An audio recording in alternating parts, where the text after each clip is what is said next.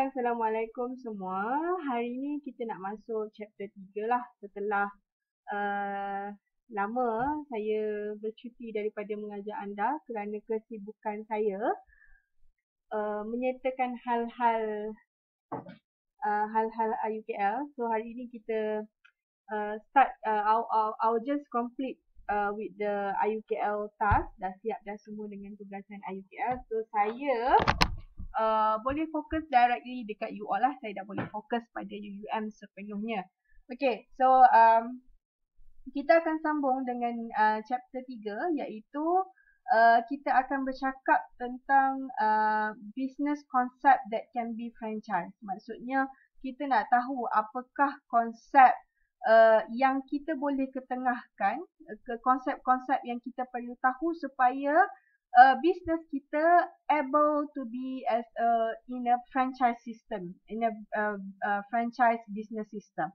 So ada konsep yang kita kena patuhi supaya dia tidak ada isu seperti plagiarism, penipuan, peniruan, fraud dan sebagainya. So in order to be as a franchisor, kalau you plan nak jadi franchisor, maksudnya orang yang mengasaskan bisnes, you kena follow beberapa konsep ini supaya orang tidak mudah untuk tiru you punya patterns of the business.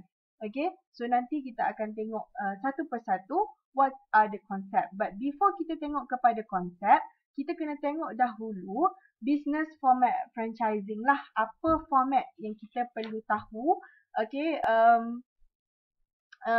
in order untuk kita membuka ataupun mengetengahkan konsep franchise ini. Okay.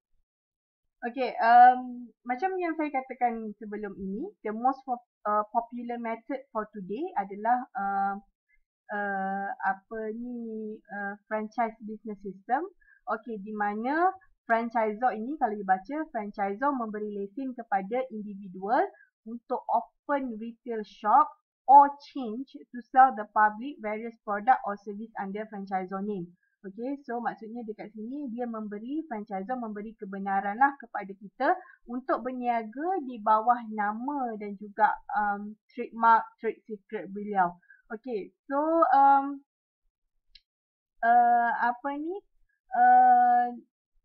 dia macam memberi ni lah franchisor, bila memberi lesen tu dia macam a significant assistance to the franchisee in the operations of the business under the guideline of the Federal Disclosure Rules. Okay, dia dan kalau you tengok sebenarnya dalam chapter franchise ini dia banyak benda yang repeating sebenarnya, but it's okay, we continue this. Okay, dan franchise is required to pay ongoing fees or royalty. So ini adalah tanggungjawab franchisee. Okay, so before that, before I introduce the concept yang kita boleh ketengahkan, okay, dia dalam bisnes ini orang yang mengawal ataupun kita boleh katakan sebagai orang yang protect lah, maksudnya orang yang ada law, okay, law untuk prevent any of the fraud, okay, any of the deceptions, okay, any of the deceptions ataupun anything yang ada unfair, okay, unfair in the business practice. Okay, orang yang maksudnya enforces benda ni supaya tidak berlaku adalah FTC. Okay, FTC yang enforce benda ni supaya benda-benda negatif ini tidak berlaku. Apa itu FTC? FTC adalah Federal Trade,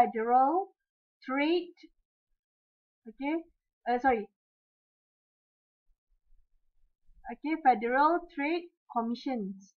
Okay, Federal Trade Commission. Okay, di mana dia memberi protection dari segi undang-undang supaya fraud, deceptions or any unfair in business, antitrust dan sebagainya tidak berlaku. Okay, so Dia kata this business is often as a vending machines routes, routes, jobbers or distributorship. So maksudnya FTC ni juga dia mengawal lah dari segi contohnya vending machine routes. You nak letak vending machine dekat satu tempat tak boleh sebarangan. Okay, nak buat route jobbers. Route jobbers ni maksudnya you put your product in one place. Jual produk you sahaja pun maksudnya kena governed by the FTC lah. So dia kata to be governed by FTC rules, untuk kita make sure that kita dapat protection daripada FTC rules, kita kena ada 3 criteria set by the government. Okay, ada kena 3 kriteria ni yang kita kena patuhi. Yang pertama ialah yang pertama, the franchisee must be required to sell goods or services by the franchisor, its affiliates or supplier by the franchisor. Okay, yang pertama ialah to make sure that kita ni dilindungi oleh FTC rules. Kita kena menjual barangan ataupun perkhidmatan yang diprovide oleh franchisor ataupun dia punya affiliate ataupun supplier yang required by the franchisor. Yang kedua, the franchisor is engaged in providing retail outlets or accounts for the franchisee. Maksudnya in order untuk kita dapat protection daripada FTC, okay, yang keduanya ialah franchisor ni dia boleh berhubung ataupun engage dengan kita, maksudnya berhubung dengan kita, okay, dalam menyediakan retail outlets. Maksudnya dia adalah antara orang yang bertanggungjawab untuk menyediakan retail outlets ataupun memberi cadangan. Okay, which outlet is better for us? Location. Okay, bila kita bercakap tentang retail outlets ni, it's about location lah. Okay, location dekat mana kita boleh start up kita punya franchise business under the franchisor's name. Okay, so dia boleh engage dekat situ. Sebab kadang, okay, the most important thing is location. Location yang ada high attraction, okay, is the key for your business to be success. Okay, the third one ialah dia punya rules, franchisee must pay the franchisor a fee or royalty lah in order the consideration for us, okay, obtain dia punya franchise business sebab kita guna dia punya trademark, nama dan sebagainya. Okay, so sekarang ini kalau kita tengok dia ada satu business format franchise. Okay, the concept of the business format franchise. Business format franchise ni ataupun short dia kita panggil sebagai BFF lah. Okay, business format franchise ini diperkenalkan oleh Barrow and Golden pada tahun 1989. Okay, so dia kata BFF ni adalah elemen atau idea lah di mana dia memperkenalkan format ini bersesuaian dengan kita punya current circumstances dan juga economic conditions. Okay, so kalau awak tengok dalam business format franchising, dalam kita nak membuka franchise business, dia ada format-format tertentu yang kita kena patuhi. So yang pertama sekali dia kata it is licensed for a specific period of time or to trade in a defined geographic area under franchisor name and use the associate trademark and logo. This allow qualifying franchisor to include their agreement provision that cover restricted trade, price fixing, creating exclusive territories. Okay, kalau awak tengok dalam ayat yang pertama ni ada beberapa perkara yang kita kena highlight, yang kita kena ambil tahu. Okay, yang pertama sekali yang kita kena ambil tahu ialah di dalam format franchising dia ada specific periods of time to trade. Apa maksud specific period of time to trade? Maksudnya dekat sini di dalam agreement dia akan nyatakan, okay, berapa lama you boleh berkhidmat as the franchisee kepada franchisor tersebut. Contoh, ada certain franchise, okay, agreement dia, okay, you boleh you boleh ada hak untuk berniaga menggunakan nama, trademark, trade secret franchisor tu mungkin dalam masa 5 tahun ataupun ada certain mungkin dalam masa 7 tahun. So after 5 years ni, Okay, of course after 7 years ni, of course you boleh renew lah kalau you nak sambung lagi agreement. Tu maksudnya a specific period of time ni maksudnya time, okay, time dalam agreement tu maksudnya berapa lama you dalam erti kata lain terikat dengan franchisor.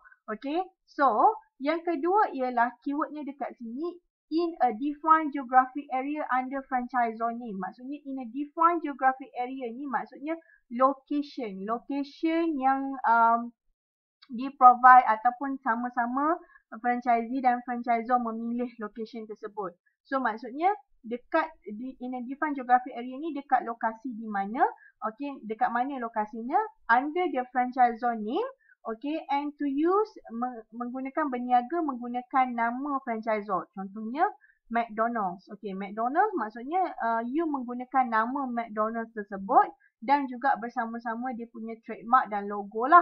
Okay, this allow, okay, qualifying franchisor to include in their agreement. So benda ni semua akan dimasukkan ke dalam agreement. Okay, di mana di dalam agreement tu juga akan dinyatakan tentang restricted trade. Restricted trade ni maksudnya produk-produk yang you boleh jual. Maksudnya you tak boleh jual selagi you berada di bawah franchisor tersebut, you tak boleh jual produk-produk yang sebarangan. Maksudnya yang tidak dikeluarkan oleh franchisor. Okay, contohnya katakanlah you berniaga, you nak jadi franchisee McDonald's ataupun Mary Brown.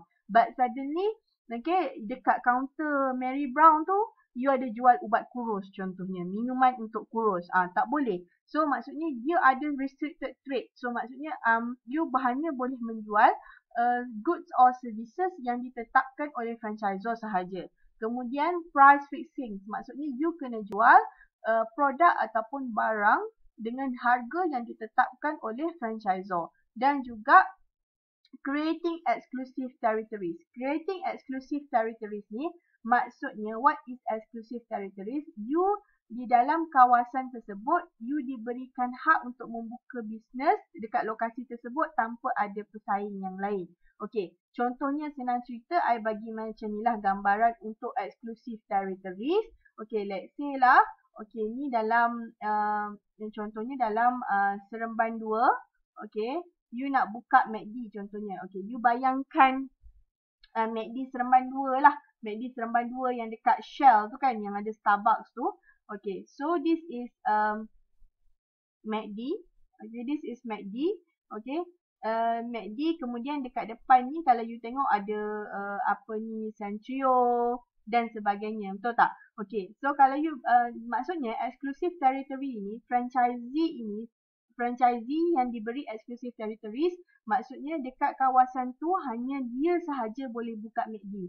Kalau ada franchisee lain nak buka McD dalam kawasan yang sama, tak boleh. Sebabnya exclusive territories ni dia mengurangkan persaingan. Okey, mengurangkan persaingan. Okey, so maksudnya exclusive territories ni dia adalah berapa radius kilometer yang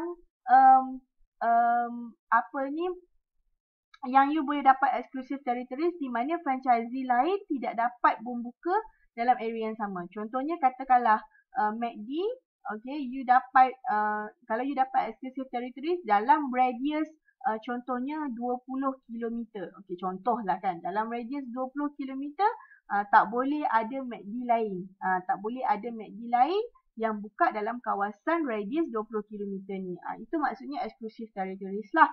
Sebab apa franchisor bagi dia tu? Sebab dia nak mengurangkan persaingan. Okey, yang kedua ialah format yang kedua, what is franchise is an activity, usually some form of service which has already tried and tested to produce a formula of operating and has been found to work as well. Okey, so maksudnya dalam format untuk franchise ini, okey, mestilah contohnya seperti ingredients kan. Okey, maksudnya recipe. Okey, bila kita bercakap tentang recipe, okey, recipe, ingredients, rempah ratus dan sebagainya. Contohnya ingredients ataupun sistem ataupun machine. Okey, dia kena make sure that okey, segala formula, ramuan rahsia, ramuan, ingredient, sistem, machinery, okey, mestilah sebab nak buka franchise ni mestilah kita mempunyai ingredient ataupun resepi sistem mesin yang unik. Yang unik yang daripada orang lain, which is orang lain tak boleh nak tiru. Betul tak? So jadinya mesin ataupun ketiga-tiga benda ni mesti must be tried and tested first to produce a formula dan